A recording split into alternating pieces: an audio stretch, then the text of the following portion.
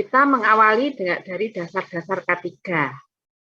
Untuk keselamatan kerja, seperti yang telah saya sampaikan tadi, bahwa keselamatan yang bertalian dengan tempat kerja, lingkungan, dan dalam hal ini termasuk manusia sebagai sumber daya dari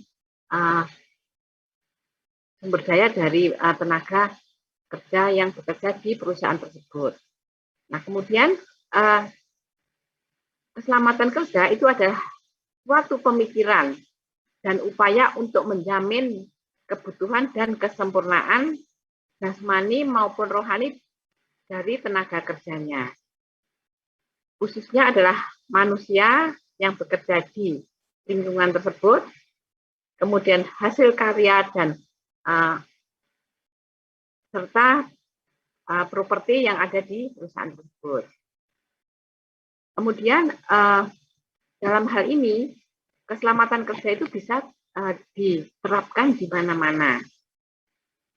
Kenapa kita perlu belajar tentang keselamatan kerja yang terkait dengan khususnya untuk mata kuliah ini? Karena kan safety ya, jadi proteksi dan pengamanan. Jadi, seperti pada kuliah kemarin, proteksi adalah protection, sedangkan pengamanan itu adalah berasal dari kata safety-nya. Kalau kita lihat bahwa keselamatan itu berasal dari kata safety ya, jadi safety. Nah, sehingga di dalam mata kuliah ini menjadi apa? Pengamanan ya. Nah, kemudian dari sini adalah safety itu kalau dikaitkan dengan keadaan dari terbebasnya seseorang dari peristiwa celaka atau accident, itu artinya nyaris tidak celaka. Nyaris tidak celaka itu seperti apa? Nah, nanti bisa kita lihat berikutnya.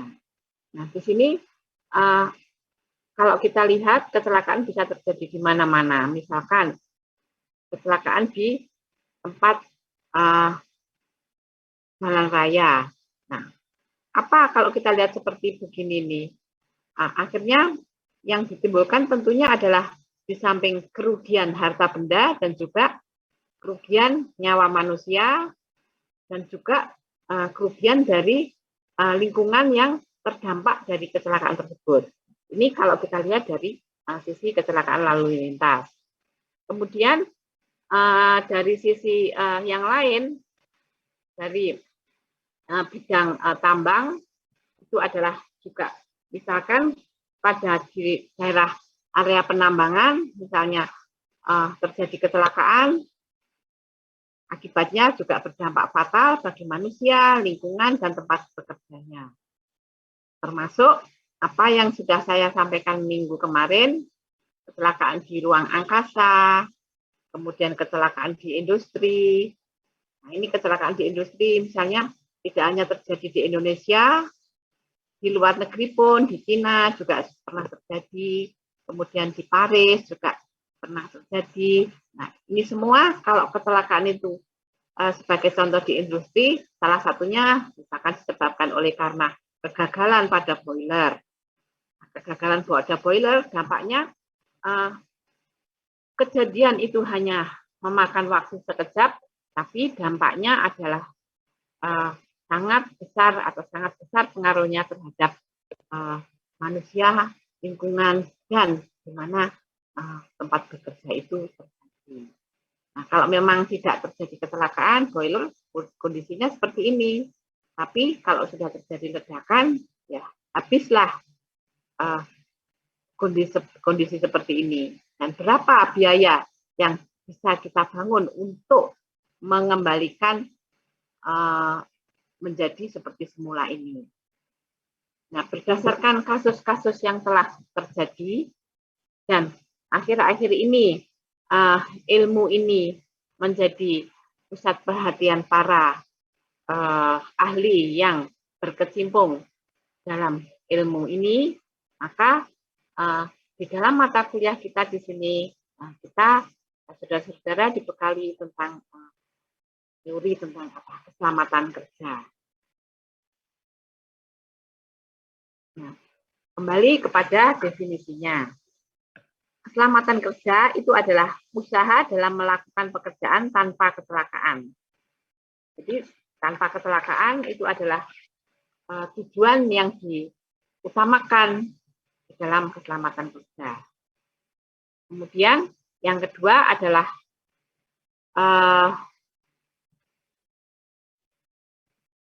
memberikan suasana atau lingkungan kerja yang aman.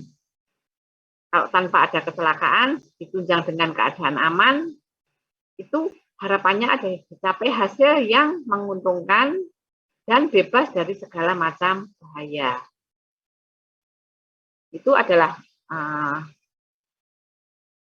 tujuan atau harapan yang ingin dicapai di dalam keselamatan kerja. Untuk mencegah atau tujuan dari keselamatan kerja adalah yang pertama adalah mencegah atau mengadakan usaha pencegahan agar karyawan tidak mendapat luka, cedera ataupun yang berakibat fatal sehingga sampai timbul kematian. Nah, ini adalah tujuan dari melakukan untuk pencegahan. Nah, kemudian yang kedua, tidak terjadinya kerugian atau kerusakan pada alat atau material atau produksi, atau dalam hal ini kalau di industri itu adalah mesin-mesin daripada proses yang digunakan di dalam industri tersebut. Sedangkan yang berikutnya adalah upaya pengawasan terhadap 4M. 4M itu apa? Jadi ada manusia, material, mesin, dan metode kerja. Di mana keempat ini itu diharapkan bisa memberikan lingkungan kerja yang aman dan nyaman bagi pekerjanya agar tidak terjadi atau agar tidak timbul suatu kecelakaan. Berdasarkan dari tujuan tersebut, bahwa di dalam suatu pekerjaan atau di dalam suatu tempat kerja, itu perlu dilakukan suatu pengawasan. Pengawasan ini tidak hanya terhadap mesinnya saja, tetapi berdasarkan keempat tujuan yang saya sebutkan sebelumnya tadi. Jadi ada manusia, ada mesin, ada material, ada metode. Nah, manusia ini adalah seringkali disebabkan karena ada juga yang disebabkan karena manusia itu tidak menerapkan sesuai dengan SOP-nya, karena SOP di dalam suatu pekerjaan atau di dalam suatu di mana kita bekerja itu adalah hal yang utama yang harus kita terapkan. Nah, kadangkala manusia itu kesalahannya ya di situ, apabila di saat timbul kelelahan itu juga bisa berakibat fatal terhadap manusia. Nah, demikian juga kalau tidak menerapkan SOP, kemarin enggak apa-apa.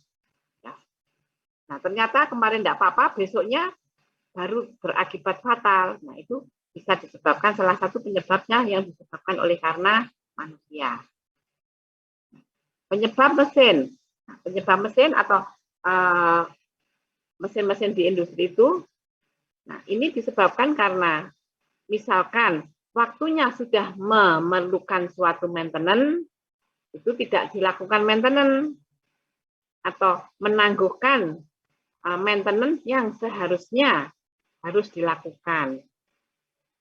Nah, kalau menangguhkan atau tidak dilakukan maintenance, akhirnya juga bisa berakibat fatal.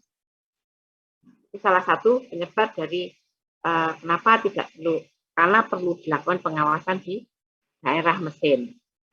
Kemudian untuk material itu kemarin juga sudah disebutkan bahwa di dalam proses di suatu industri itu ada proses kimia, ada proses fisika, proses biologi, ataupun proses-proses yang lainnya. Nah, tentunya material yang digunakan di dalam proses itu tadi itu perlu diperhatikan. Nah, misalkan kurang airnya, akibatnya temperaturnya bisa jadi panas sehingga kosong ruangannya sehingga bisa timbul ledakan. Masih banyak lagi ya disebabkan oleh karena material. Metode yang harus kita terapkan adalah harus metode yang benar. Karena kalau di dalam kesalahan menerapkan metode itu akhirnya juga bisa berdampak fatal terhadap proses produksinya. Nah, dari kesemuanya ini, baik manusia, mesin, material maupun metode, itu semuanya berada di suatu tempat.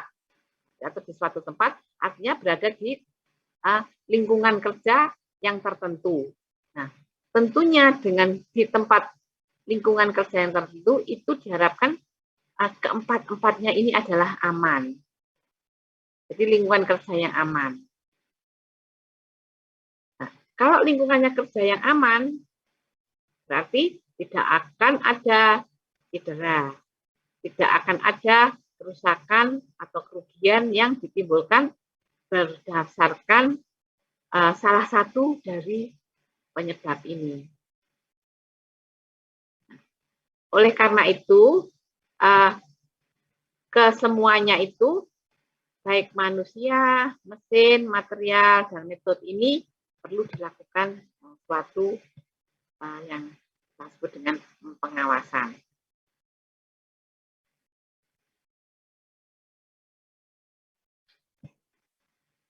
K3 itu mempunyai prinsip. K3 mempunyai prinsip ya, jadi prinsip K3 bahwa setiap pekerja itu bisa dilakukan dengan selamat. Jadi prinsipnya adalah setiap pekerjaan harus bisa dilakukan dengan selamat. Kemudian adanya kecelakaan itu pasti ada penyebabnya. Penyebab kecelakaan harus dicegah atau ditiadakan. Nah, itu adalah prinsip yang dipunyai oleh K3. Jadi adalah selamat. Setiap pekerjaan diharapkan selamat, kemudian kecelakaan pasti ada penyebabnya, penyebab kecelakaan harus ditiadakan.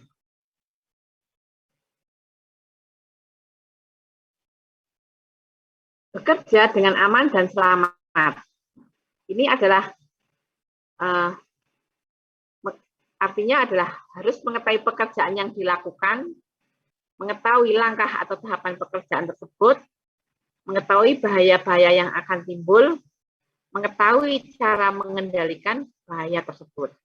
Nah, ini semua kalau para pekerja menerapkan semua ini, diharapkan bahwa pekerjaan itu akan aman dan selamat.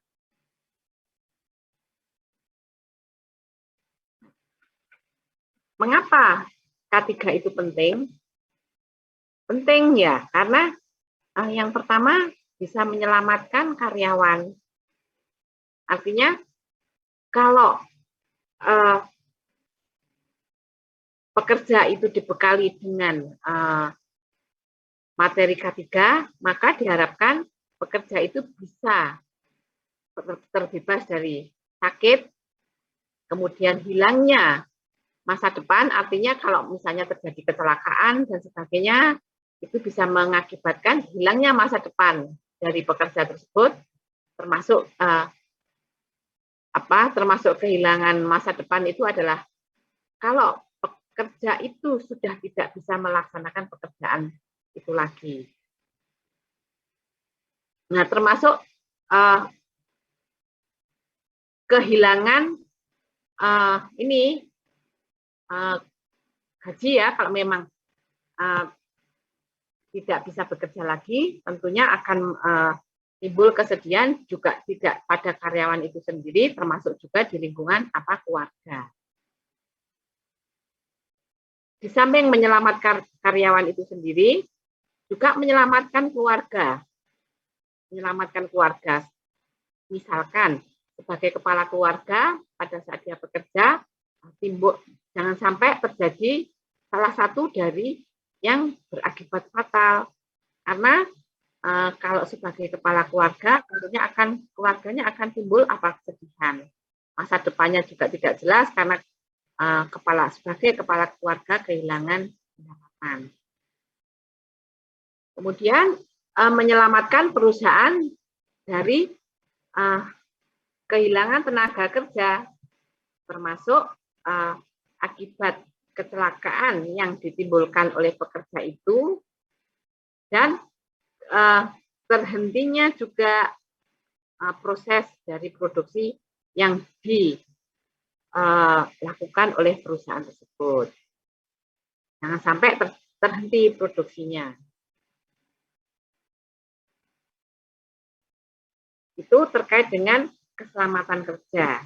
Nah, selanjutnya keselamatan itu terkait dengan erat sekali dengan kesehatan ya.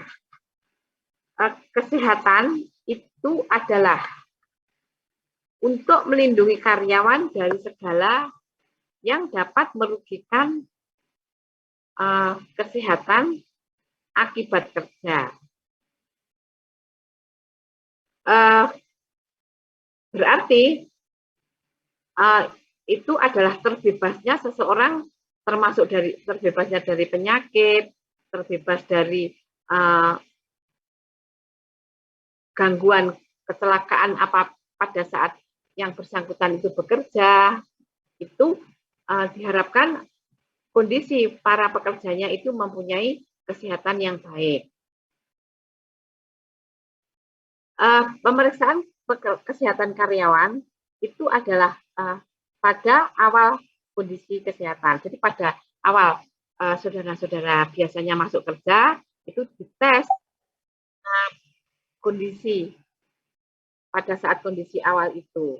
Nah, pada saat masuk pertama kali bekerja, diharapkan orangnya itu adalah seseorang itu adalah dalam kondisi sehat. Karena kalau tidak sehat, pasti perusahaan juga tidak akan mau menerima. Karena apa? Karena akan membebani perusahaan tersebut. Karena kalau seseorang sudah diterima di pekerjaan tersebut, biaya kesehatan, kemudian itu ada perusahaan yang menjadi tanggung jawab perusahaan. Perusahaan tidak mau menerima pekerja baru dengan sudah berpenyakitan, jadi orang yang sudah berpenyakit tidak mau. Nah, makanya bagi saudara-saudara ini diharapkan mumpung masih di usia muda, itu harus menjaga kesehatannya. Terutama pada saat masuk bekerja itu kondisi badan dalam keadaan fit ya, jadi tidak boleh darah tinggi, tidak boleh kolesterol, tidak boleh punya penyakit yang kira-kira sangat berbahaya. Nah, itu diharapkan jangan sampai itu. Menurut pengetahuan sekarang, karena kita banyak mengandung ini kalau kita makan makanan yang tanpa terkontrol, itu tidak hanya di usia tua saja ya yang terkena kolesterol, di usia muda pun sudah banyak yang terkena kolesterol. Jadi makanya di usia-usia seperti saudara ini perlu Anda harus perhatikan makan makanan yang baik. Jadi baik itu bukan berarti enak ya. Jadi baik itu adalah sehat sesuai dengan konsumsi yang dibutuhkan oleh tubuh. Terutama mungkin dalam suasana pandemi seperti sekarang ini, para mahasiswa bagi yang tinggal di luar kota masih tinggal di rumah masing-masing ya. Jadi tinggal di rumah masing-masing tentunya masih belum ngekos. Kalau sudah ngekos itu biasanya makan itu biasanya pada beli ya. Nah, pada beli itu banyak-banyak yang paling mudah adalah yang berkolesterol, misalnya goreng-goreng itu ya. Jadi goreng-gorengan itu meskipun di usia muda itu adalah kalau sudah sering konsumsi yang makanan yang mengandung kolesterol itu adalah sudah menabung di tubuh saudara. Jadi diharapkan jangan sampai saudara menabung kolesterol di usia muda seperti saat ini. Karena pernah juga waktu tes penerimaan karyawan baru, nah ternyata biasanya pemeriksaan kesehatan itu terakhir ya, jadi setelah tes melalui tes semuanya sudah diterima, dan di terakhir itu tes pemeriksaan kesehatan. Nah ternyata di terakhir itu sudah banyak usia muda itu yang sudah kolesterol. Nah, biasanya kalau sudah kolesterol itu susah turunnya, pasti akan menambah terus. Jadi kolesterol itu adalah kemarin tidak kolesterol, hari ini kolesterol tidak ya. Jadi itu melalui suatu perjalanan. Jadi kalau misalkan kolesterol itu adalah ukurannya 200, itu sudah dikatakan kolesterol ya, kalau pemeriksaan kesehatan itu. Ya memang di awal saudara masih 100, masih dalam kondisi sehat. Nah, dengan semakin bertambahnya konsumsi makanan yang dimakan itu berlebihan, berarti 100, setahun lagi menambah menjadi tambah 10, tahun lagi jadi 120, dan seterusnya, akhirnya kan tambah. Nah, itu pun kalau turun itu adalah susah. Apalagi kalau sudah tergantung dengan obat. Jangan sampai ya, jadi saudara-saudara masih muda, masih punya harapan besar, nah ini perlu dijaga kondisi awal kesehatan. Ya, mulai sekarang harus diperhatikan kesehatannya bagi yang ingin mencari pekerjaan. Kemudian kalau sudah diterima bekerja lama itu ada pemeriksaan kesehatan secara rutin. Bisa 1 tahun sekali, ini tidak hanya di tambang ya, dan tidak hanya ini, jadi ini kasus khusus. Jadi misalkan di suatu perusahaan bisa jadi sebagai pekerja setiap tahun perlu diadakan check up. Kalau memang karyawannya sudah diterima, kalau sudah sakit ya tentunya biaya bawah tanggung jawab perusahaan. Kalau perusahaan itu bertanggung jawab terhadap kesehatan karyawannya. Nah, itu kalau sudah bekerja. Tapi kalau saat awal baru sudah tidak sehat, ya biasanya ya sudah tidak bisa diterima. Seperti itu. Ini untuk tentang kesehatan. Kemudian lingkungan kerja. Lingkungan kerja itu bisa meliputi karena faktor apa menjadi orang itu tidak sehat. Misalkan disebabkan oleh karena faktor debu. Di perusahaan atau di industri yang penghasil debu itu adalah apa? Pabrik penghasil debu, contohnya adalah apa? Pabrik semen ya. Jadi itu adalah pabrik yang mengandung banyak debu. Mengandung debu, ini perlu diperhatikan. Jadi jangan lupa harus menggunakan masker. Debu itu bisa mengganggu saluran pernafasan karena langsung ya di udara, debu bertebaran di udara, kemudian dihisap secara langsung, otomatis langsung masuk ke tubuh manusia. Kalau debunya hanya debu biasa, itu tidak berakibat fatal terhadap paru-paru. Tapi kalau debunya itu mengandung suatu, misalkan yang berbahaya, pasir silika, itu ada sangat berbahaya sekali. Termasuk sekarang, saudara-saudara kan tidak banyak menjumpai atap yang terbuat dari asbes ya. Atap dari asbes itu adalah sebetulnya asbes itu banyak mengandung debu silika. Jadi debunya itu adalah seperti jarum. Nah, itu tidak bisa dilihat oleh kasat mata. Jadi harus ada alat khusus yang bisa mendeteksi. Nah, kalau debu silika itu bentuknya seperti jarum dan ukurannya sangat-sangat kecil sekali dan tidak bisa dilihat oleh mata. Nah, itu kalau asbes dalam keadaan bagus, itu tidak bermasalah, dia tidak mengeluarkan debu atau tidak mengeluarkan kotoran-kotoran yang terlepas dari asbes itu. Tetapi begitu asbes itu sudah dalam keadaan retak atau pecah, nah itu kan bisa menimbulkan debu-debu yang terkandung dari asbes itu. Nah itu kalau dihirup oleh manusia dan masuk ke dalam paru-paru, akhirnya karena debunya berbentuk jarum, seperti jarum begitu, masuk bisa nancep di paru-paru. Nah kalau nancep di paru-paru, sedikit demi sedikit, mungkin sehari, 2 hari tidak masalah. Nah, akhirnya dengan berjalannya waktu, tahun demi tahun, akhirnya debu silika itu berpotensi mengakibatkan kanker ya. Jadi, memang kalau nanti saudara-saudara harus bekerja di tempat yang berdebu, itu harus masker itu adalah yang utama. Ini sangat mengganggu saluran pernafasan, bahkan sampai masuk ke paru-paru.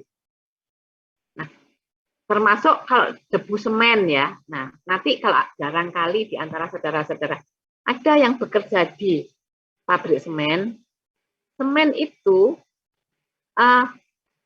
tentunya kan kalau yang bekerja di lapangan banyak debu-debu semen yang berkeliaran. Nah, padahal kalau semen itu terkena air dengan pengeringan pelan secara pelan-pelan, akhirnya dia akan semakin baik ya, kuat ya semennya, dia semakin keras. Nah, kalau debu itu dihirup melalui hidung kita tanpa menggunakan masker, masuk ke dalam saluran pernafasan dan akhirnya masuk ke dalam sampai di paru-paru, akhirnya dengan berjalannya waktu, debu itu akan menjadi mengeras. Jadi semennya itu mengeras di dalam paru-paru. Nah, akhirnya yang semula paru-paru bisa bernafas, mengembang, mengepis itu 100%, dengan adanya debu semen yang menempel di situ, akhirnya akan mengeras. Mengeras akhirnya berat ya, orang bernafas itu jadi berat. Dan akhirnya lama-kelamaan fungsi paru-paru akan menjadi berkurang, sehingga nafasnya lebih cepat ya. Jadi kalau orang nafas biasa begini kan tidak capek. Tapi kalau paru-parunya sudah berkurang, itu berarti nafasnya akan menjadi lebih cepat. Jadi orang nafas itu akan lebih cepat dan akan mudah capek. Nah itu adalah perlu diperhatikan. Termasuk yang bising. Bising adalah mengganggu pendengaran ya. Mungkin 1 hari, 2 hari bising tidak apa-apa. Tapi dengan berjalannya waktu, telinga kita akan menjadi turun. Nah, ini harus juga pakai alat pelindung diri untuk telinga. Jangan sampai kita membiarkan, kemarin enggak apa-apa. Pertama akan tuli sementara. Jadi pada saat Anda bekerja di tempat bising enggak pakai. Terus keluar dari situ, sementara aja Anda agak sedikit terganggu. Nanti setelah beberapa saat sudah hilang normal kembali. Tapi kalau itu berjalan terus-menerus, nampaknya pasti akan fatal ya, telinga akan mengalami penurunan daya pendengaran dan akhirnya bisa menjadi tuli. Seperti itu. Yang paling fatal ya tuli ya. Kemudian pencahayaan. Ini pencahayaan itu sangat penting karena apa? Itu adalah mata kita ya. Jadi mata kita itu adalah merupakan jendela dunia. Nah, apa yang akan terjadi kalau kita tidak bisa melihat? Nah, kita sudah gelap semua ya.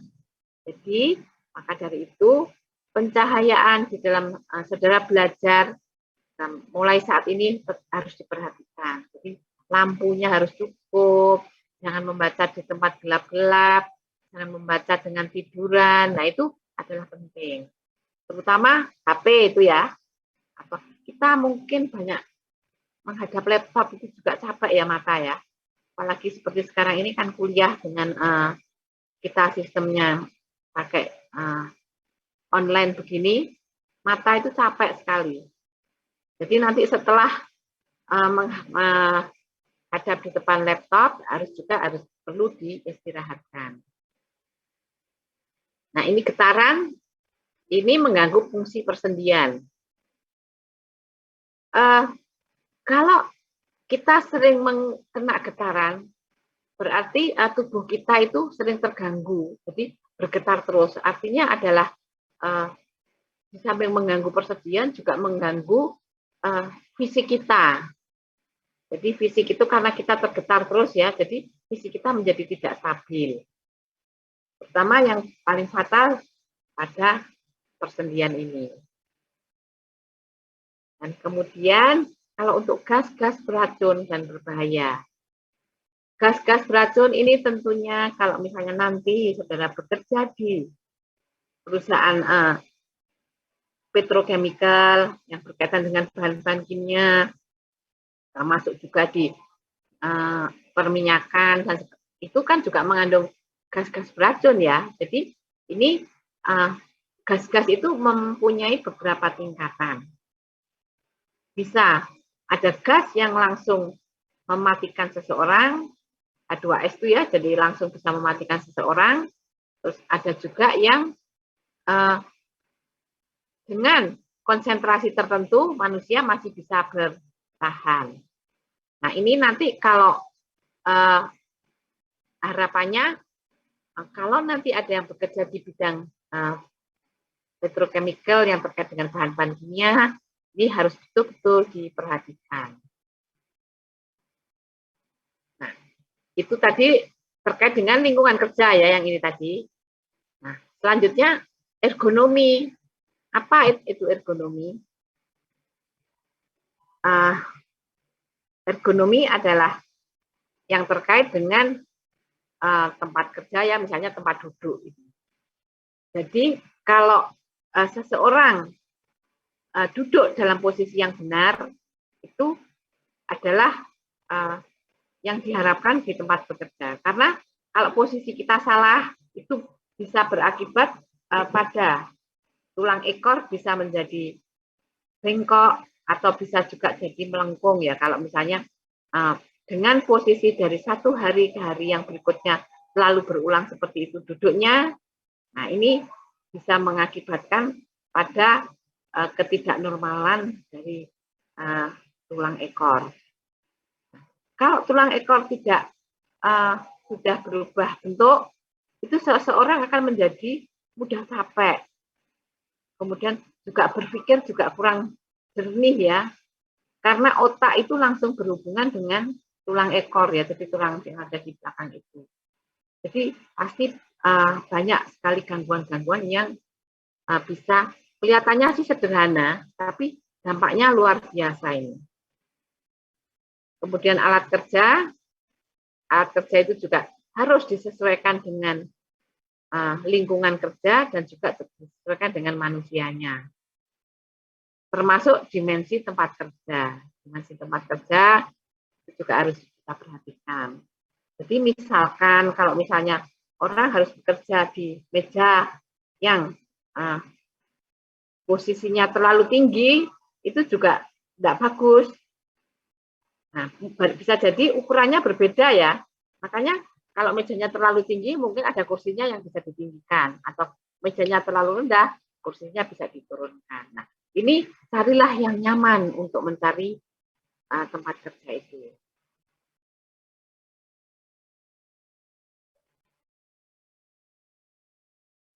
Kemudian di dalam keselamatan kerja itu bisa kita klasifikasikan. Kecelakaan di dunia keselamatan kerja itu bisa kita klasifikasikan. Jadi ada yang pertama adalah paling ringan. Ini adalah luka paling ringan. Yang kedua adalah luka berat. Dan yang ketiga bahkan sampai menimbulkan suatu kematian atau meninggal. Ringan itu adalah misalnya terjadi kecelakaan kerja ringan, hanya kurang dari 3 minggu, pekerja sudah bisa masuk ke tempat kerja semula. Ini tergolong kecelakaan kerja yang diakibatkan dalam kondisi yang ringan. Sedangkan berat itu adalah lebih dari 3 minggu pekerja baru dapat kembali ke tempat kerja. Ini adalah luka berat. Kemudian kalau misalkan cacat sehingga tidak bisa kembali lagi seperti semula, kemudian patah atau retak, nah ini harus hati-hati. Jadi misalkan di tempat grinder atau apa itu, hati-hati tangan. Kemudian jangan sampai masuk ke dalam mesin, takutnya nanti tangannya masuk ikut ke giles tangannya. Nah, itu bisa berakibat fatal. Termasuk kalau di dalam di dunia industri, seseorang harus pakai apa? Helm ya, penutup kepala dengan harapan jangan sampai kejatuhan barang dari atas. Atau mungkin bagi yang seorang perempuan yang bekerja di tempat bekerja yang memang harus berada di lapangan, posisi rambut harus diperhatikan, jangan sampai keluar atau jangan sampai menjureh. Termasuk kalau bagi yang berkerudung, itu juga kerudungnya jangan sampai yang menggunakan kerudung panjang, sehingga posisinya dalam kondisi rapi, sehingga tidak sampai kesaut nanti mesinnya, jadi ada yang roda yang berputar, nanti bisa ketarik ke dalam mesinnya itu. Sampai pada ini, posisi meninggal. Nah, ini kalau sampai terjadi kecelakaan di tempat kerja yang berakibat fatal, misalnya terjadi ledakan atau kebakaran, nah ini akibatnya bisa sampai terjadi fatal, sampai dengan meninggal. Nah, berikutnya, sebelum saya lanjutkan, apakah ada pertanyaan dari yang saya sampaikan di sini?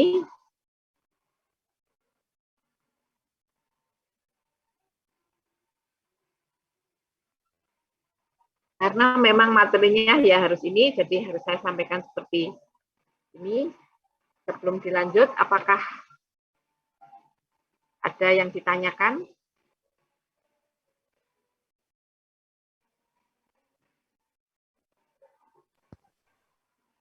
Belum sepertinya, Bu.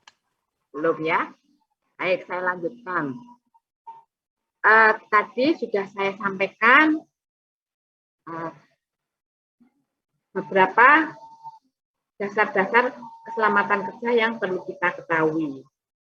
Nah, sekarang, apakah kecelakaan kerja atau apakah kecelakaan itu bisa kita ramalkan? Kira-kira bisa enggak ya?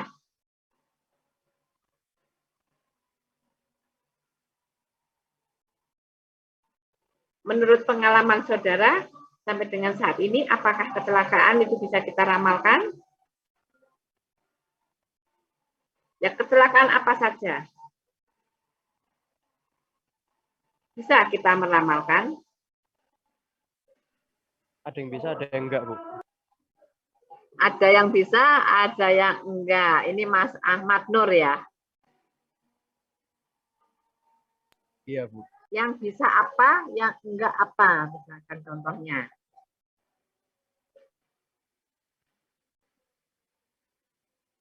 Kira-kira apa? Yang bisa tuh kayak misal, maaf ya Bu ya, agak berisik, ada ini azan. Iya. Kalau Ya, yang memang bisa diramal, ini di tempat saya juga okay. ada azan ya, enggak apa-apa, sudah silakan. Ya.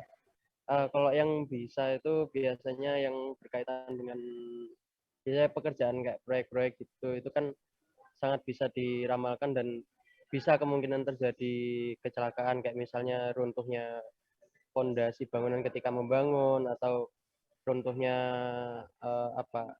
kren dan sebagainya, itu bisa diramalkan dan mungkin terjadi juga. Kalau yang nggak bisa diramalkan tuh kayak semisal ada apa ya, eh, meledaknya trafo di dekat pekerja itu kan nggak bisa diramalkan juga, tapi pasti bisa diketahui penyebabnya, Bu. Seperti yang tadi disampaikan sebelumnya gitu. Menurut saya gitu, Bu. Baik, ya. Itu adalah salah satu contoh dari apa yang bisa disampaikan Mas Ahmad Nur ya. Jadi, contoh gampangnya ya memang seperti yang disampaikan oleh Mas Ahmad Nur. Tapi semua itu bisa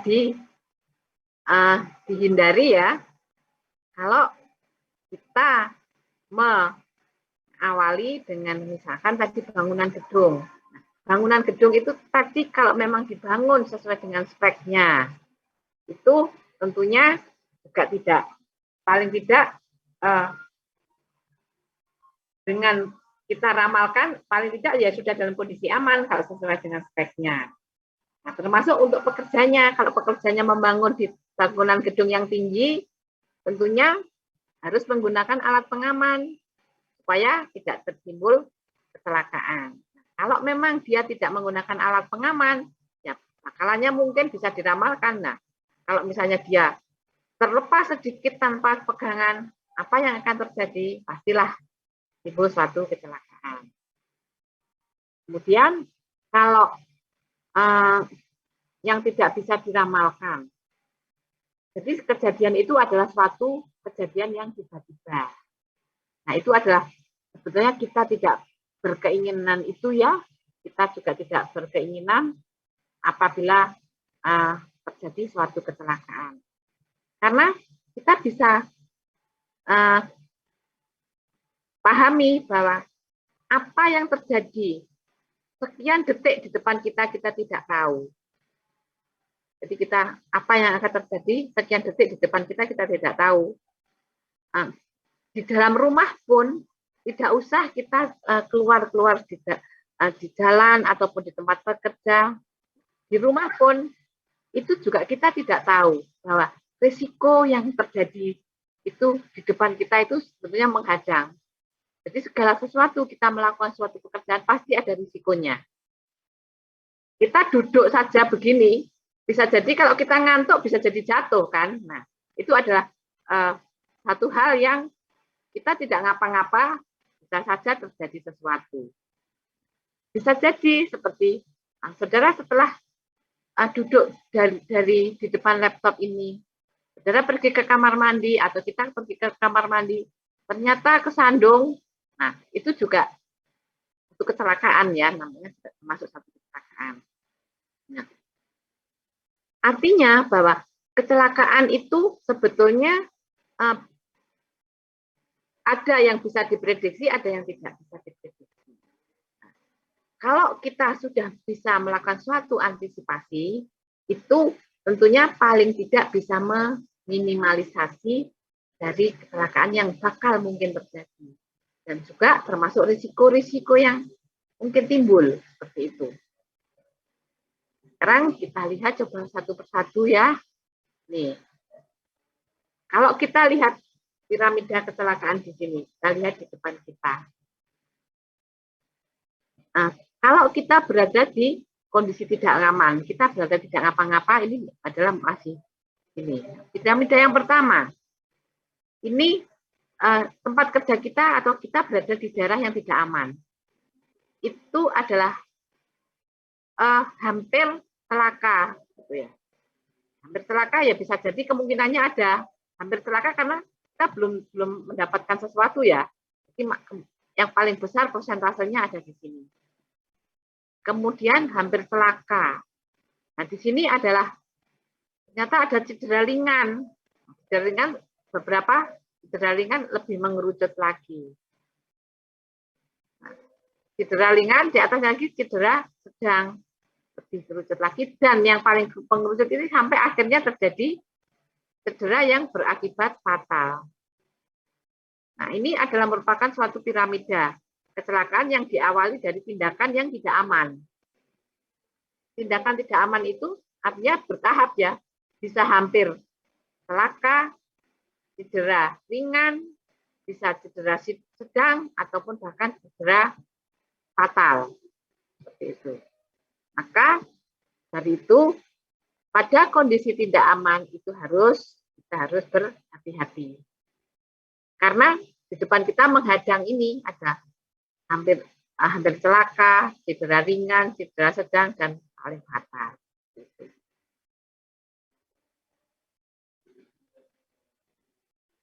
Nah, sekarang mengapa bisa terjadi kecelakaan? Mengapa bisa terjadi kecelakaan? Ya, kecelakaan itu kok bisa terjadi. Jadi pada prinsipnya kalau saya mengartikan bahwa kecelakaan itu adalah semacam apa ya, probability ya. Probability itu berarti sukses dan gagal ya. Jadi bernilai antara 0 sampai dengan 1 probability. Kalau misalnya Anda bekerja ke tempat bekerja, itu kalau sukses berangkat dengan baik, pulang dengan baik, artinya adalah sukses ya. Jadi probabilitasnya adalah 1. Seperti itu. Jadi tidak terjadi kecelakaan. Nah, sekarang mengapa kok bisa terjadi? Nah, bisa terjadi kembali kepada piramida ini tadi, bahwa kalau misalkan di tempat kerja saudara itu mengandung kondisi tidak aman, maka tentunya saudara harus memperhatikan SOP-nya seperti apa. Itu harus betul-betul diterapkan. Kalau memang harus menggunakan alat pelindung, gunakanlah alat pelindung. Kemudian bagaimana metodenya yang saudara lakukan? Apakah sudah benar? Kalau memang sudah benar, lakukanlah semuanya itu dengan baik dan benar. Kemudian dari langkah-langkah semua sesuai dengan SOP sudah dilakukan dengan baik. Nah, insya Allah semua itu bisa berjalan dengan baik. Kecuali kalau sekian persen dari sekian persen itu tadi ada sesuatu yang tidak terduga. Nah, itu kita tidak bisa menduga yang itu. Kembali ke ini, mengapa bisa terjadi?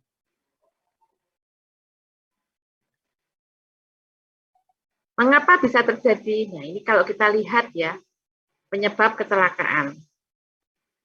Berdasarkan piramida itu tadi, sebetulnya penyebab kecelakaan itu bisa kita bedakan menjadi 3 kategori. Yang pertama itu adalah tindakan tidak aman. Yang kedua adalah kondisi tidak aman. Yang ketiga adalah takdir. Ini sudah di luar yang itu tadi, kalau memang sudah melakukan SOP dengan baik dan benar, kemudian sudah mengikuti prosedur metode yang benar, kemudian saudara sudah melangkah dengan sesuatu mengerjakan dengan baik dan benar. Nah, yang sekian persen ini tadi yang kita tidak tahu. Nah, berdasarkan menurut ahli peneliti yang meneliti tentang kecelakaan kerja ini, kondisi tidak aman itu ada 88%. Tindakan tidak aman itu ada 88%. Tindakan tidak aman ini adalah disebabkan oleh karena siapa? Tindakan tidak aman disebabkan oleh siapa? Manusianya, Bu. Disebabkan oleh manusianya. Jadi yang paling besar adalah manusia ya. Jadi tindakan tidak aman itu adalah dari manusianya. Jadi maka itu sangat-sangat diperhatikan. Seperti yang sebelumnya tadi sudah saya sebutkan bahwa harus sesuai SOP ya. Harus kalau memang harus perlu pakai APD, harus pakai APD. Kemudian harus bekerja dengan benar atau sesuai dengan SOP. Nah, itu adalah harus sesuai dengan itu. Maka paling tidak kita sudah bisa mengurangi kondisi tidak aman ini tadi. Sedangkan kondisi tidak aman itu adalah terkait dengan lingkungan ya, terkait dengan lingkungan kerja.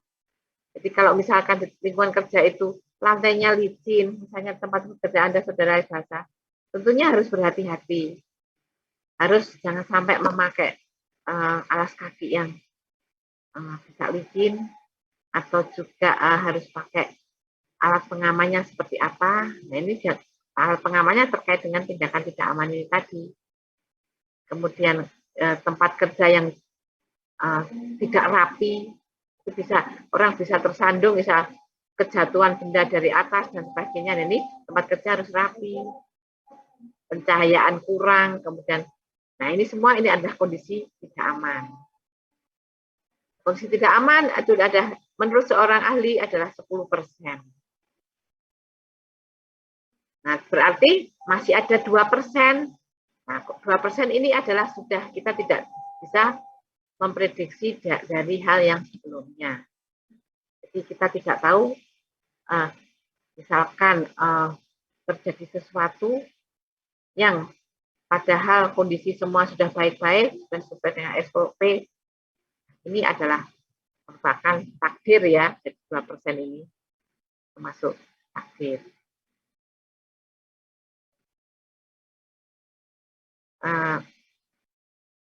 Dari sini sebelum saya lanjutkan, apakah ada pertanyaan?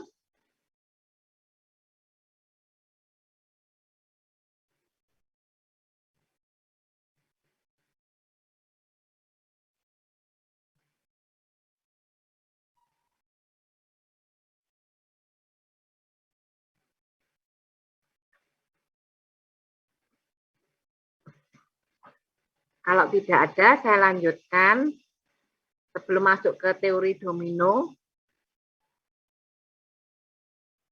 Nah, ini contoh ya, kondisi tidak aman atau tindakan tidak aman. Misalkan ini ada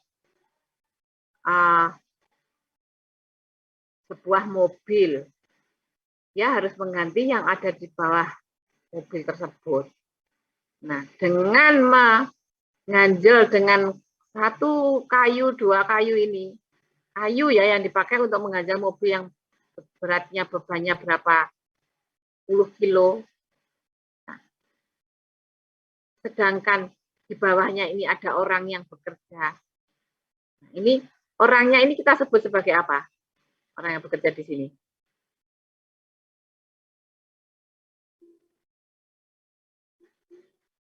Kondisi tidak aman ataukah tindakan tidak aman? Tindakan. Tindakan tidak aman. Jadi seseorang ini telah melakukan suatu keteledoran bahwa dengan dia hanya memberikan penopang kayu seperti ini, itu adalah buat dia tidak aman. Jadi tindakan yang tidak aman buat orang ini. Misalkan, halah kemarin tidak apa-apa kok. Nah, itu kita tidak boleh seperti itu. Kemarin tidak apa-apa, sekarang apa-apa. Nah, itu kan juga tidak tahu, karena ini memang jelas-jelas menyatakan tidak aman. Tidak, lingkungannya, jadi lingkungan ini juga tidak aman. Orang mobil segini beratnya hanya ditopang satu begini, ya pastilah. Jadi tindakan yang semacam ini adalah tindakan yang tidak aman dan kondisinya pun juga tidak aman. Itu ya. Jadi itu perlu diperhatikan. Termasuk kemarin itu saya juga mendengar ya di radio itu ada rumah seorang pekerja. Itu rumah berlantai 2. Itu jatuh rumahnya dan menimpa penghuninya yang ada di bawahnya. Nah, kadangkala seseorang membangun rumah itu, membangun rumah yang tidak betul-betul memperhatikan berapa beban yang akan menumpu atau akan yang beban yang ada di atasnya nanti itu beratnya berapa, tanpa harus memperhatikan tiang penyangganya itu. Nah, kemarin itu saya mendengar ini memang ya tragis banget ya. Jadi dia rumahnya ukuran 3x3. Kemudian mungkin juga pernah ada mungkin di antara saudara-saudara kemarin yang mendengar, baru kira-kira seminggu atau 2 minggu yang lalu saya mendengarkan suara Surabaya. rumahnya ukuran 3x3, rumahnya berlantai 2. Nah, karena rumahnya memang kecil ya, berarti yang berada di tempat tidur atas itu adalah tempat tidur, jadi kamarnya ada di atas. Nah, padahal penumpangnya kiri kanan itu sudah rasanya tidak kuat itu. Tapi di atasnya bebannya lebih berat daripada yang ada di bawah. Karena di atas pasti ada lemari, ada tempat tidur. Nah, terus ketambahan kalau orangnya tidur, kan bebannya juga tambah. Nah, kemarin tidak apa, ya sudah berjalan, mungkin sudah berjalan bertahun-tahun tidak apa-apa, karena saat itu kondisinya masih baru, mungkin masih tidak apa-apa. Tapi lama-kelamaan kan rapuh ya. Rapuh akhirnya pada saat pagi hari yang suaminya bekerja ke tempat kerja, nah di dalam rumah itu tinggal istri, anaknya, sama orang tuanya. Pada saat itu istrinya ada di bawahnya, sedang di bawah itu. Dengan tidak tanpa diketahui, ternyata jatuh rumahnya. Yang ada di bawahnya itu anaknya, orang tuanya, sama si anak kecil, anaknya. Anaknya selamat. Jadinya nggak ketolong, karena ya keburuan itu tadi. Orang tuanya kebetulan ada di jauh, tidak berada persis di bawahnya itu. Nah, itulah. Jadi, itu hal-hal yang sepele mungkin ya, perlu diperhatikan juga. Ini nanti bakalan terkait saudara-saudara nanti bekerja di tempat kerja juga seperti itu. Jadi nanti di tempat kerja alat pelindung diri tetap harus digunakan. Siapa tahu nanti di atas kita ada barang-barang yang jatuh dari atas. Harus helm pengaman harus tetap dipakai ya. Siapa tahu nanti kejatuhan barang dari atas, kemudian itu adalah bisa berakibat fatal. Nah, itu adalah perlu diperhatikan kenapa penyebab kecelakaan itu. Jadi penyebab kecelakaan sebetulnya bisa kita antisipasi kalau melihat persentasenya seperti itu. Nah, 2% inilah yang kita tidak tahu. Kemudian selanjutnya saya lanjutkan ke masih pada penyebab kecelakaan. Penyebab kecelakaan ini seringkali ditentukan atau seorang ahli yang menyatakan dengan menggunakan teori domino. Teori domino ini yang paling terkenal adalah ditemukan oleh Henry. Jadi menurut peneliti penyebab kecelakaan yang bernama Henry, itu mengatakan bahwa 98% kecelakaan disebabkan oleh tindakan tidak aman dan karena kondisi tidak aman. Ini tadi ya, 98% ya, 98% disebabkan oleh tindakan tidak aman dan kondisi tidak aman. Kembali ke ini, jadi 98% disebabkan oleh karena tindakan tidak aman. Maka dari itu Henry juga menyatakan bahwa kunci untuk mencegah kecelakaan itu adalah dengan menghilangkan tindakan tidak aman dan kondisi tidak aman sebagai penyebab kecelakaan tersebut. Jadi kita harus bisa menghindari 88% ini dan 10% ini. Nah, selanjutnya berdasarkan teori domino yang ditemukan oleh Henry ini, itu menjelaskan bahwa kecelakaan kerja itu bisa diilustrasikan dengan menggunakan domino. Jadi seperti domino ini. Kalau domino, tahu kan semuanya ya domino, kalau kita ibaratkan posisinya dia bisa berdiri, satu begini. Nah, kalau yang paling depan ini runtuh, berarti akan jatuh semuanya. Itu. Jadi kalau yang paling depan ini runtuh, kalau di depannya lagi ini tidak ada pelindungnya, nah, itu akan runtuh semuanya. Makanya di dalam kita nanti terkait dengan teori domino ini adalah pelindung. Pelindung kemarin adalah apa? Pengamanan ya. Jadi, proteksi proteksi dan pengamanan. Proteksi adalah pengamanan. Jadi tentunya yang harus di depannya ini harus ada alat pengamannya. Jadi ibarat dari teori domino yang dikeluarkan oleh Heinrich di sini. Jadi penyebab kecelakaan menurut Heinrich itu tadi, kalau diibaratkan sebagai teori domino ini, bahwa yang pertama itu adalah hereditas. Itu menurut siapa? Heinrich ya, hereditas. Itu adalah, dalam hal ini, hereditas itu adalah mencakup latar belakang seseorang, seperti pengetahuan yang kurang, kemudian mencakup sifat seseorang. Nah, pengetahuan seseorang yang kurang di sini itu adalah apabila seorang bekerja itu harus dibekali oleh suatu pengetahuan yang cukup. Terutama kalau bekerja, seseorang itu bekerja di tempat kerja yang sangat-sangat berbahaya sekali. Nah, tentunya harus dibekali oleh SOP yang benar, pengetahuan yang cukup. Kalau pengetahuannya tidak cukup, itu pasti akan tidak ada pertahanannya di sini nanti. Itu dari sisi manusianya. Kemudian, termasuk tadi yang saya katakan bahwa sifat seseorang. Nah, seseorang, masing-masing orang itu kan mempunyai sifat ya. Ini terkait dengan psikologi manusia. Jadi, seseorang itu mempunyai sifat, karena ada seseorang yang keras kepala. Keras kepala itu adalah dia ada yang sifatnya keras kepala, ada yang ya sudah ya ada. Kemudian ada, nah ini termasuk apa?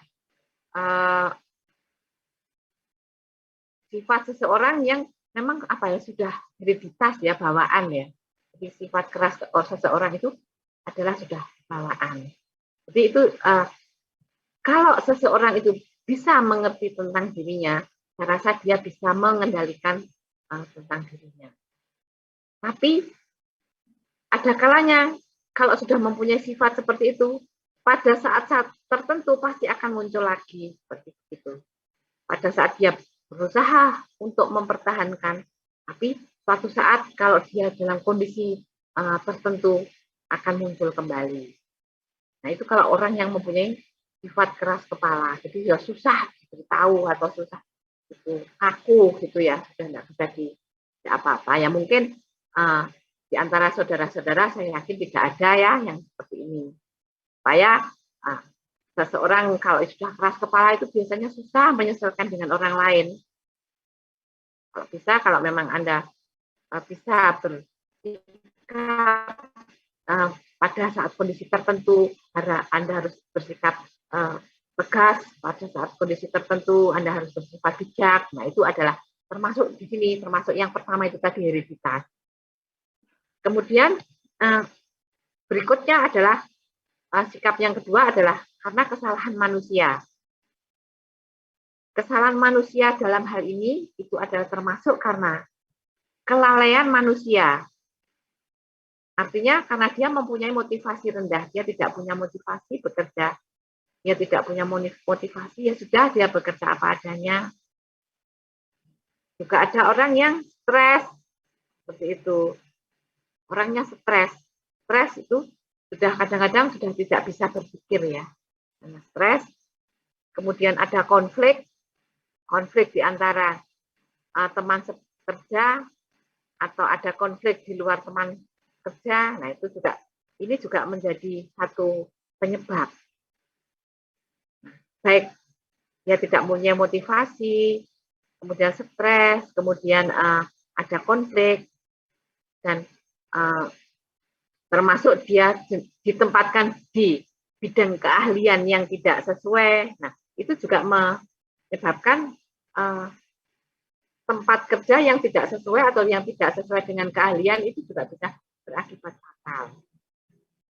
Nah, itu adalah salah satu kesalahan yang bisa jadi mungkin terjadi. Nah, ini saya lihat mungkin nanti di antara saudara-saudara ada yang mau berkarya. Ini salah satu contoh ya yang saya tahu di Telkom ya, di Telkom itu pada saat saudara masuk itu pasti ditanya pada saat mendaftar juga bidang apa yang saudara inginkan. Kemudian nanti kalau sudah diterima, begitu sudah diterima, apakah bidang apa nanti saudara yang saudara inginkan. Nah, setiap kali jenjang kenaikan itu nanti ada tesnya.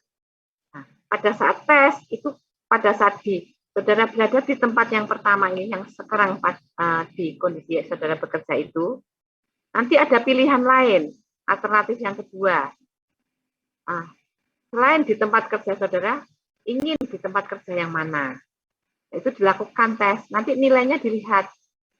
Nilai yang di tempat kerja saudara dan nilai yang ada di tempat cadangan yang saudara inginkan. Nah, kalau nanti ternyata nilainya bagus di tempat kerja yang sekarang, ya nanti tetap berada di situ. Nah, ternyata tetapi kalau nilainya bagus di tempat kerja yang tempat lain yang saudara inginkan, tergantung nanti ada tempatkah yang untuk memindahkan saudara ke tempat itu. Nah, memang untuk penempatan di awal itu juga sudah diperhatikan. Jadi memang sudah diwanti-wanti dari HRD-nya sana bahwa harus sesuai dengan permintaan dari pendaftarnya itu. Nah, nanti setelah jalan itu dievaluasi lagi. Nah, itu adalah untuk menghindari itu tadi kesalahan manusia itu. Kemudian berdasarkan teori domino ini, sikap yang ketiga menurut Henry itu adalah sikap dan kondisi tidak aman. Sikap atau kondisi tidak aman itu disebabkan oleh karena apa? Kecerobohan. Jadi orang itu kan ada orang yang bekerja itu ceroboh. Ya sudah dia tidak mau mengikuti SOP. Tidak mau mengikuti SOP, sudah jalan dengan sendirinya, dengan dasar bahwa, aduh kemarin sudah tidak apa-apa, ya sekarang ya nggak apa-apa. Kan itu nggak boleh. Termasuk tidak mau menggunakan alat pelindung diri. Kalau nggak mau menggunakan alat pelindung diri, itu juga dampaknya juga berakibat fatal buat saudara sendiri, termasuk juga keluarga. Kalau nggak mau menggunakan alat pelindung diri, misalkan helm, nanti kejatuhan benda dari atas bagaimana? Kemudian kalau misalkan kita bekerja di tempat yang licin, kita jalannya berlari-lari, nah, itu kan ceroboh. Termasuk juga dia nggak mau menggunakan alat pelindung diri, misalnya masker atau pelindung telinga, nah, itu juga sesuatu hal yang bisa berakibat ini tadi berakibat merupakan salah satu dari teori domino ini. Nah, itu semua harus Anda terapkan. Masih ada lagi katanya Henry, kecelakaan kerja. Kecelakaan kerja seperti terpeleset, kemudian luka bakar, tertimpa benda di tempat kerja karena adanya sumber bahaya. Nah, ini semua kalau sudah dibentengi oleh yang ketiga tadi, rasanya yang sebelumnya, yang sesudahnya itu tidak mungkin terjadi. Jadi misalkan terpeleset. Nah, kalau saudara tadi yang di ketiga yang sebelumnya tadi kan harus menggunakan alat pelindung diri.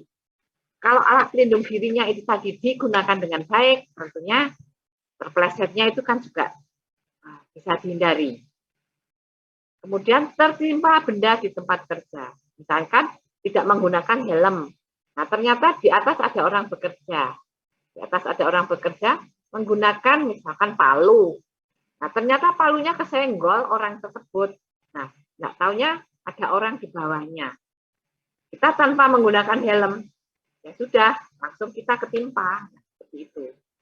Jadi kalau tadi yang sebelumnya sudah diantisipasi, tentunya yang keempat ini tidak mungkin terjadi. Berikutnya masih ada lagi, apa dampaknya setelah yang satu tadi, kedua, ketiga, apa dampaknya? Dampaknya adalah suatu kerugian. Kerugian itu bisa berupa macam-macam ya, bisa kerugian terhadap pekerjanya, bisa kerugian terhadap perusahaannya, bisa kerugian terhadap konsumennya. Jadi kerugian terhadap pekerja adalah tadi yang sudah banyak, tadi sudah saya sampaikan, ya cedera, ya cacat, bahkan sampai timbul suatu kematian. Sedangkan kerugian terhadap perusahaannya itu bisa biaya langsung ataupun biaya tidak langsung. Biaya langsung itu adalah biaya yang langsung dikeluarkan oleh perusahaan, sedangkan biaya yang tidak langsung itu yang biaya yang tidak seketika itu langsung dikeluarkan. Dan terhadap konsumen, kalau memang perusahaannya itu terganggu dan di luaran atau di pasaran itu sudah banyak konsumennya, akhirnya ketersediaan produk kepada konsumen kosong, akhirnya perusahaan rugi dan konsumennya juga akan rugi. Seperti itu. Jadi itu adalah kalau kita ibaratkan di dalam K3. Nah, nanti kalau di dalam proteksi dan pengamanan ini, itu kita juga fokusnya kalau misalnya kita nanti di industri. Nah, di industri nanti saya kira sudah banyak mengenal LOPA ya. Nanti LOPA itu akan mengibaratkan bahwa suatu perlindungan. Jadi kalau misalkan nanti ada basic design, kemudian itu nanti ada tahapan-tahapannya ya. Jadi ada alarm, ada safety, ada safety-nya. Nah itu nanti ibaratnya kita arahnya ke LOPA itu. Jadi bagaimana melindungi proses di dalam suatu industri supaya tidak terjadi sesuatu. Nah itu juga sebetulnya ibarat juga dengan ini teori domino ini. Karena apa? Di situ pun masih terkait dengan manusia ya. Jadi terkait dengan manusia, tentunya dasar K3 ini harus betul-betul dipahami. Jadi pada prinsipnya apa yang bisa kita petik dari ini, yang sudah disampaikan oleh Henry di sini, itu adalah untuk mencegah kecelakaan di tempat kerja, itu adalah harus menghilangkan sikap dan kondisi tidak aman atau tindakan tidak aman dan kondisi tidak aman. Kalau misalkan sudah seperti yang pertama ini kita antisipasi, tentunya yang ke depan tidak mungkin akan terjadi. Kalau yang pertama ini runtuh, pasti akan runtuh semuanya. Tapi kalau yang pertama ini kita jaga, ternyata masih runtuh, ini tadi pertahanan yang kedua ini harus kuat. Supaya begitu dia kena runtuh yang pertama, dia mampu menahan sehingga tidak sampai runtuh yang ke belakang. Nah itu nanti LOPA ya, LOPA juga seperti itu. Jadi LOPA pertama basic design, desainnya sudah bagus, proses desain, basic design, alarm. Nah itu nanti bagaimana cara melindunginya dengan menggunakan seal atau dengan menambahkan redundant atau dengan menambahkan apa-apa itu nanti kita arahnya ke sana. Nah demikian itu berdasarkan kita belajar kepada manusianya terlebih dahulu. Nah setelah kita belajar manusianya, nanti kita masuk ke prosesnya, itu proses nanti kita dengan masuk ke LOPA, seal, dan sebagainya, bagaimana proteksi yang dilakukan di suatu perusahaan. Nah, kira-kira dari ini masih ada pertanyaan?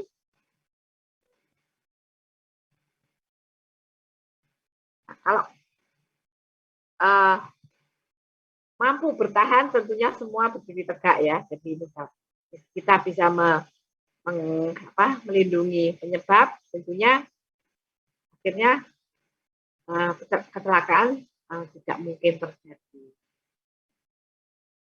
Ya, demikian kira-kira apakah ada pertanyaan dari dasar-dasar K3 yang telah saya sampaikan?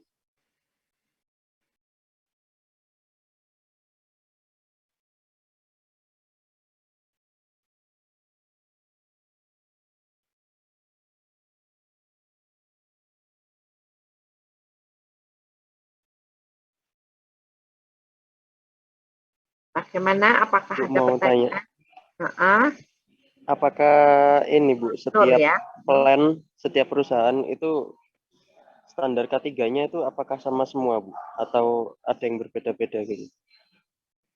Nah, standar K3 ya, kembali kepada standar K3. Jadi sebetulnya nanti ada hukum-hukumnya ya. K3 ini hukum-hukum apa yang harus dipenuhi oleh perusahaan, yang harus dipenuhi syarat-syarat K3 apa. Nah, itu sebetulnya dari pemerintah itu sudah ada hukum-hukumnya. Jadi setiap perusahaan yang memanfaatkan tenaga manusia, kemudian tenaga manusia sebagai tenaga kerjanya, kemudian perusahaan tersebut adalah mampu melindungi tenaga kerjanya, dan perusahaan itu juga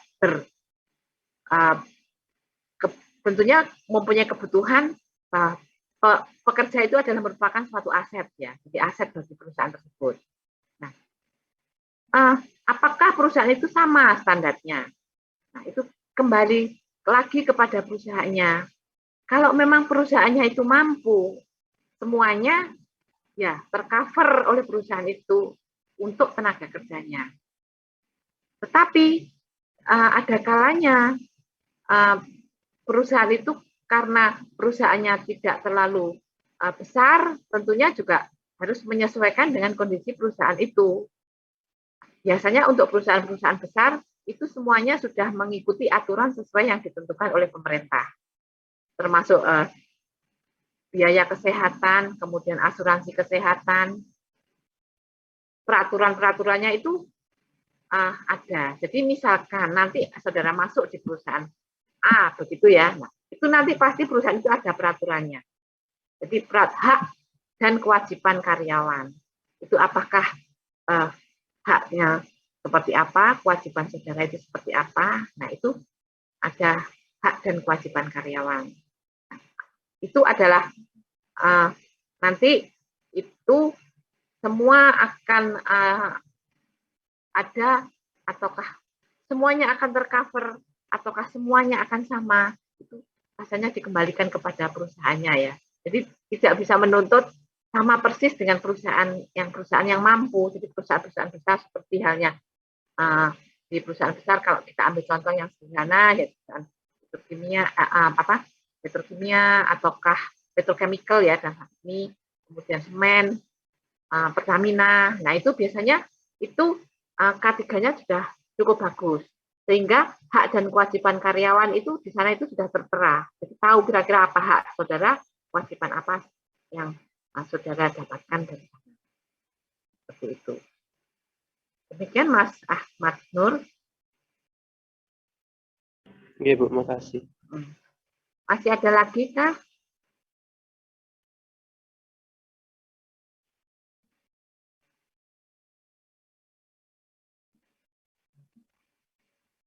Bisa saya sedikit tambahkan ya, jadi biasanya perusahaan itu juga mengasuransikan tenaga kerjanya, itu juga ada. Jadi asuransi untuk tenaga kerjanya.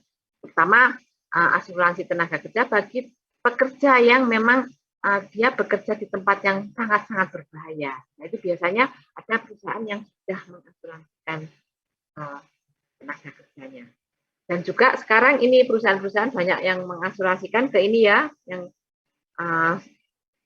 biasanya orang sudah kenal semua apa BPJS itu ya.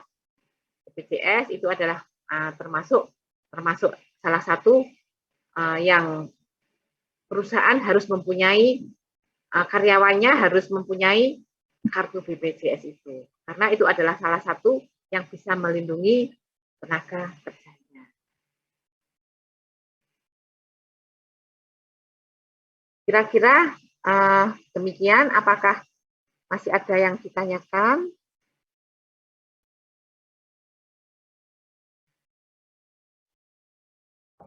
Sementara cukup, Bu. Sementara sudah cukup, kalau memang sudah cukup,